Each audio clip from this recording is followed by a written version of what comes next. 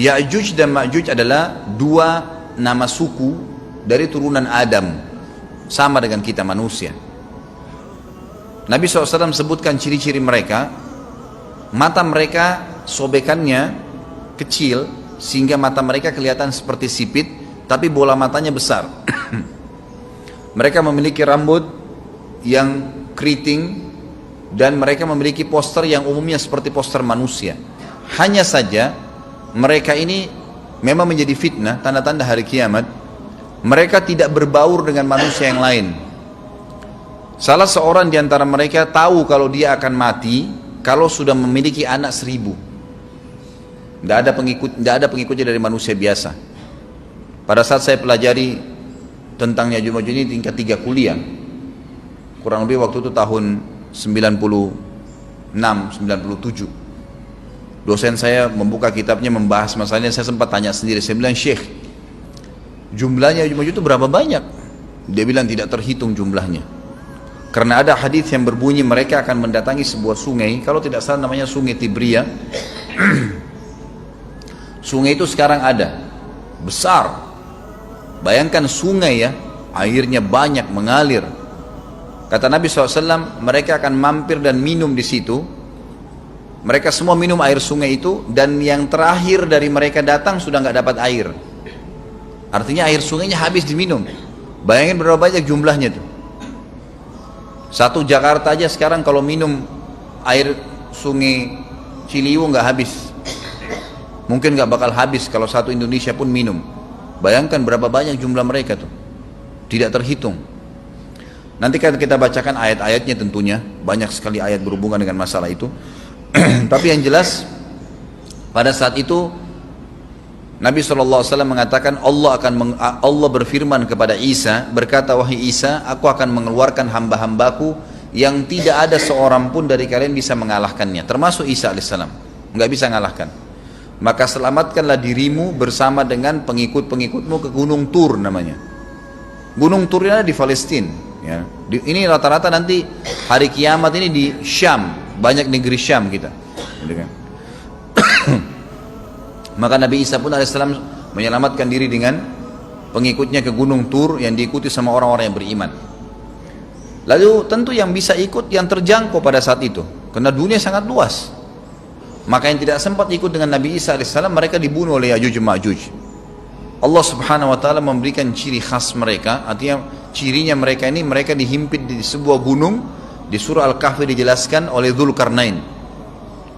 Dzulkarnain khilaf antara ahli sejarah mengatakan dia nabi atau dia orang saleh. Tapi Allahu alam, saya cenderung dengan pendapat yang mengatakan dia adalah seorang nabi. Karena Allah subhanahu wa ta'ala angkat ceritanya dalam Al-Quran. Dan Allah berikan dia banyak mukjizat. Di antaranya mukjizatnya adalah menahan Ya'juj Ma'juj waktu itu ingin membuat kerusakan di zamannya dia dulu. Jadi memang Ya'juj Ma'juj ini ciri khasnya, kata Nabi SAW, mereka memakan apa saja, batu. Kalau hewan-hewan itu kalah jengking sama ular, binatang-binatang buas, harimau, mereka makan semua. Jadi bukan seperti manusia normalnya. Mereka membunuh semua yang bukan seperti mereka. Mereka buat kerusakan.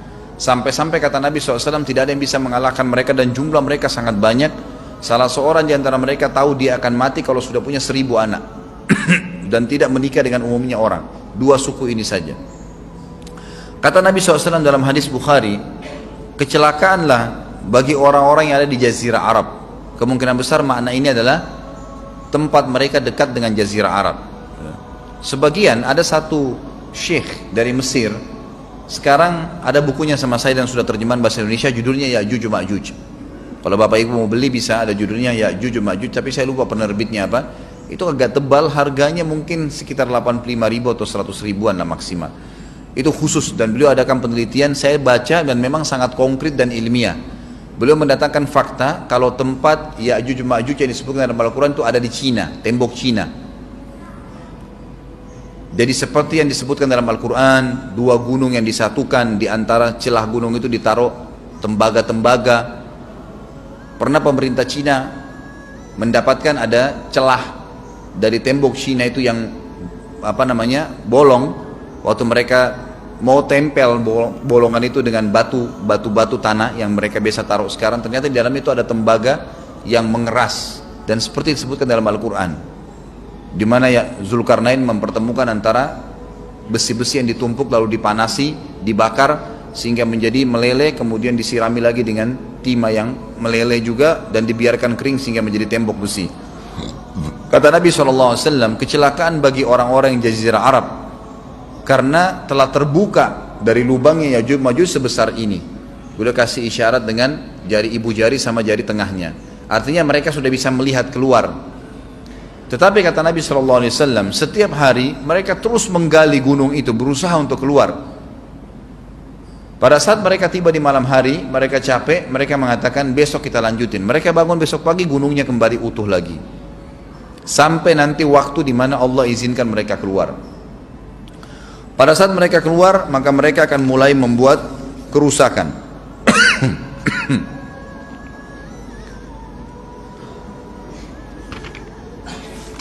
Saya coba jaringan dalilnya.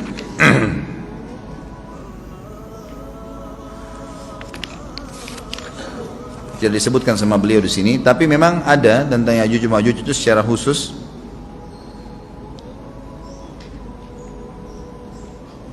Ya ini, ada di halaman 82 ya. Al-Anbiya 96 sampai 97 ayatnya.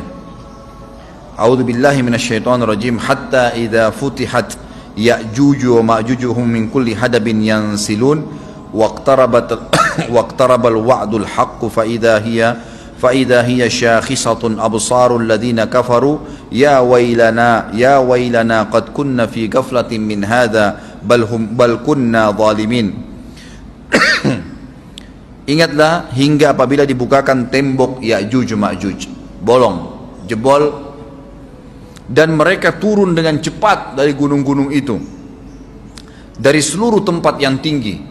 Kita tahu itu jaraknya berapa ratus kilometer, bahkan mungkin ribuan kalau nggak salah. Semuanya itu akan dipenuhi Ya'juj Ma'juj, dan telah dekatlah, kalau sudah terjadi itu, kedatangan janji yang benar, maksudnya hari kebangkitan. Maka tiba-tiba terbelalaklah mata orang-orang kafir. Mereka berkata, aduhai celaka kami, sesungguhnya kami dalam kelalaian tentang ini, bahkan kami adalah orang-orang yang zalim. Kenapa? Karena Ya'juj Ma'juj tidak lihat apakah kafir atau beriman. Mereka tidak butuh, bukan seperti Dajjal ya. Dajjal butuh jadi pengikutnya, oke, aman. Ini enggak, siapa saja ditemuin dibunuh. Dia enggak pandang, enggak mau tanya kamu dari suku mana, kamu agama apa, tidak dipandang. Orang-orang muslim pada saat itu, orang-orang muslim pada saat itu yang ikut dengan Nabi Isa AS berhasil selamat. Walaupun pada saat itu di muka bumi umumnya orang sudah beriman. Yang dimaksud di sini orang-orang kafir adalah adanya orang-orang yang masuk Islam karena terpaksa, karena mereka tidak terlalu faham pada saat itu, lalu mereka menganggap remeh informasi dari Nabi Isa AS. Maka mereka terbelalak matanya karena dibunuh oleh Ya'juj Ma'juj. Kata Nabi SAW di dalam hadis sahih riwayat Imam Bukhari, bahwasanya Ya'juj Ma'juj akan membunuh siapapun yang mereka temui. Bahkan pada saat mereka sudah merasa menguasai bumi, mereka melepaskan anak-anak panah mereka ke langit, lalu Allah menurunkan anak-anak panah mereka sebagai fitnah dipenuhi dengan darah. Maka mereka berkata, qatalna man fil ardi wa qatalna man fis sama. Kami telah membunuh semua yang ada di bumi dan semua yang ada di langit. Maka sebagai penutup dalam bahasan itu, kata Nabi SAW, Allah lalu mengizinkan Isa untuk berdoa kepada Allah agar memusnahkan mereka. Maka Isa AS pun akhirnya berdoa, meminta kepada Allah Subhanahu Wa Taala agar mereka semua dimusnahkan. Maka pada saat itu pun Allah Subhanahu Wa Taala menurunkan kepada mereka hama. Sebagian hadis menyebutkan serangga kecil seperti cacing, banyak sekali yang menimpa tubuh-tubuh mereka, setiap orang satu, dan itu membuat mereka mati. Membuat mereka mati, dan mereka mati seketika semuanya. Jadi secara bersamaan semuanya meninggal. Allahu a'lam waktu itu berapa ratus juta jumlah orang Ya'juj Ma'juj pada saat itu, tapi semuanya akan mati, dan seluruh muka bumi dipenuhi dengan jasad mereka. Setelah itu Nabi Isa AS pun berdoa kepada Allah Subhanahu Wa Taala agar menghilangkan jasad-jasad mereka yang baunya sudah luar biasa waktu saat itu disebutkan dalam hadis. maka Allah subhanahu wa ta'ala mengabulkan dan mengutus dari arah barat burung-burung yang lehernya panjang dan pelatuk mulutnya besar, yang memegang setiap jasad Ya'juj diambil, diangkat, setiap orang satu burung. Bayangkan berapa banyak miliaran burung pada saat itu. Kita nggak tahu bagaimana, Allahu alam, tapi ini wahyu, penyampaian informasi yang pasti. Diambil, kemudian jasad-jasad mereka dilempar ke lautan. Lalu Allah subhanahu wa ta'ala turunkan hujan. Pada saat turun hujan, maka hujan tersebut membersihkan semua bekas-bekas mereka, kotoran mereka, darahnya segala bersih, maka bumi kembali subur lagi. Tapi tidak disebutkan berhubungan dengan masalah ini berapa lamakah kejadian tersebut terjadi. Kemudian setelah itu Isa alaihissalam memimpin lagi di muka bumi sampai beliau meninggal. Setelah Isa alaihissalam meninggal, kembali lagi sebagian besar manusia berbuat kekufuran. Kembali manusia berbuat kekufuran. Mereka kembali lalai, nggak ada lagi pemimpinnya karena terlalu banyak orang pada saat itu, maka ada yang kufur lagi. Maka Allah subhanahu wa ta'ala keluarkan tanda-tanda kiamat besar yang kelima. Yang kelima ini adalah keluarnya hewan atau binatang melata. Binatang melata ini disebutkan dalam hadis yang sahih riwayat Bukhari, bahwasanya Allah SWT akan keluarkan, tapi tidak disebutkan dari bumi mana dia keluar. Dia akan keluar hewan melata yang bisa berbicara seperti manusia dan badannya dipenuhi dengan bulu. Allahu a'lam bagaimana. Kemudian dia datangi orang-orang yang kufur tersebut dan menasehatin dan mengingatkan mereka. Satu persatu diingatkan, satu persatu. Terus diingatkan. Yang tidak mau beriman, dalam hadis dikatakan dicap oleh hewan tersebut. Allahu a'lam dicap seperti apa, sehingga ketahuan mana yang kafir, mana yang beriman.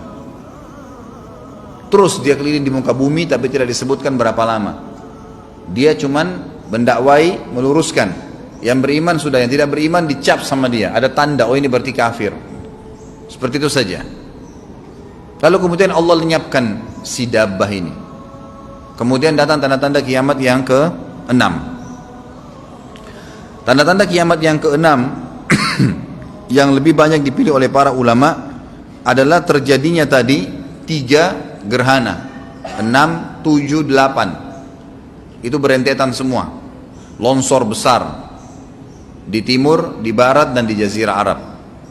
Ini tanda-tanda kiamat terjadi serentak. Sudah 8. Kemudian terjadi yang ke-9, keluarnya api dari negeri atau dari kota Aden. Kota Aden ini di Yaman ya. Subhanallah, baru tadi malam saya lihat cuplikannya di YouTube. Ada wilayah di Aden, di kota Aden sekarang itu, dan itu hasil penelitian internasional. Aden itu dianggap kota yang paling panas di dunia karena di bawah kota Aden itu ada api yang bergejolak, dan api itu bisa keluar setiap saat membakar siapapun. Tentu hadis menjelaskan tentang masalah api yang keluar ini, artinya api bukan main-main, ini bukan kebakaran sebuah masjid atau sebuah bangunan 10 tingkat.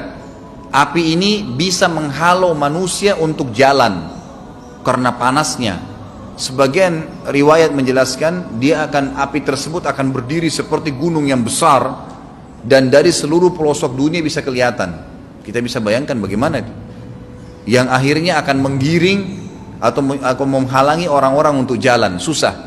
Sebagian ulama hadis mengatakan mereka nggak bisa jalan, tidak bisa ada penerbangan, tidak bisa ada orang jalan karena panasnya bumi ini dari api tersebut.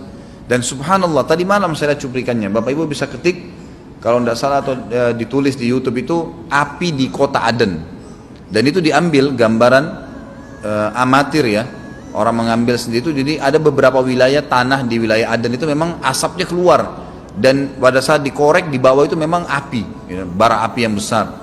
Dan itu memang kemungkinan besar akan keluar satu waktu, Allahu a'lam kapan. Tapi tanda-tanda kiamat. Dan yang terakhir tanda-tanda kiamat sebelum ditiup sangkakala adalah terbitnya matahari dari tempat terbenamnya. Dan ini sudah terakhir sekali. Makanya kata Nabi SAW, taubat akan diterima sebelum matahari terbit dari tempat terbenamnya. Artinya selama yang lain itu masih ada, masih bisa taubat. Kalau sudah itu sudah sulit. Ini tanda-tanda kiamat. Sebagian ulama menambahkan, ada yang mengatakan sudah masuk waktu. Baik, ini saja, kalimat ini saja saya sampaikan. Nanti baru kita break sholat. Habis itu seperti biasa ada tanya jawab, silahkan setelah sholat sunnah ba'diyah. Sebagian ulama memasukkan tanda-tanda hari kiamat kecil, ada yang masukkan tanda-tanda kiamat besar. Ada dua hal. Yang pertama itu adalah keluarnya Dzu Suwakatain. Ada orang dari negeri Habasyah dikenal dengan Dzu Suwaka. Dzu Suwaka ini sak artinya betis. Diberikan julukan Dzu Suwaka karena betisnya sangat kecil, gitu kan? Betisnya sangat kecil. Orang ini, Bapak Ibu sekalian, kata Nabi SAW akan menghancurkan Ka'bah. Akan menghancurkan Ka'bah. Kata Nabi SAW, betisnya sangat kecil sampai diberikan julukan Dzu Suwakatain. Dan kata para ulama pada saat itu memang manusia sudah sunyi, nggak ada lagi yang datangin Ka'bah. Orang-orang sudah lalai, gitu kan? Keluarlah orang ini. Makanya sebagian ulama masukkan dia tanda-tanda kiamat sebelum terbitnya matahari dari tempat terbenam. Ditambahkan ini yang ke-11 atau ini yang ke-10, terbitnya nanti kiamat yang ke-11. Maka dia akan mencabut, kata Nabi SAW, dia akan mencabut batu-batu Ka'bah satu persatu sampai rata dengan tanah. Dan saya sedang dilihatkan oleh Allah sekarang bagaimana pada saat dia mencabut batu itu. Hadis sahih riwayat Bukhari Muslim. Yang terakhir, yang kedua, yang berhubungan juga dengan tanda-tanda kiamat, ada yang memasukkan kiamat kecil, tapi ini lebih dekat dengan kiamat besar. Orang yang terakhir meninggal itu adalah orang dari asli suku Madinah yang sedang mengembala kambing. Ini termasuk tanda-tanda kiamat. Kata Nabi SAW, orang yang terakhir meninggal dari kalian kalangan manusia. Semua orang sudah mati, tinggal dia sendiri. Tapi dia nggak tahu. Dia lagi mengembala kambing, kemudian dia masuk dengan gembalanya ke kota Madinah, ditemukan semuanya tidak ada kehidupan. Nggak ada orang, nggak ada binatang, nggak ada apa-apa, tinggal dia sendiri. Pada saat dia meletakkan telapak kakinya di kota Madinah, maka pada saat itu dia meninggal. Dan inilah manusia terakhir meninggal sebelum ditiup sangkakala terakhir, gitu kan. Allahu alam. Ini yang kita bisa sampaikan. Insya Allah kita akan kembangkan dengan pertanyaan. Tapi mungkin sebelum pertanyaan, saya coba akan membahas beberapa dalil insya Allah setelah sholat ba'diyah nanti. Subhanakallahumma bihamdika asyhadu an la ilaha illallah astaghfirullah wa atubu ilaih. Wassalamualaikum warahmatullahi wabarakatuh.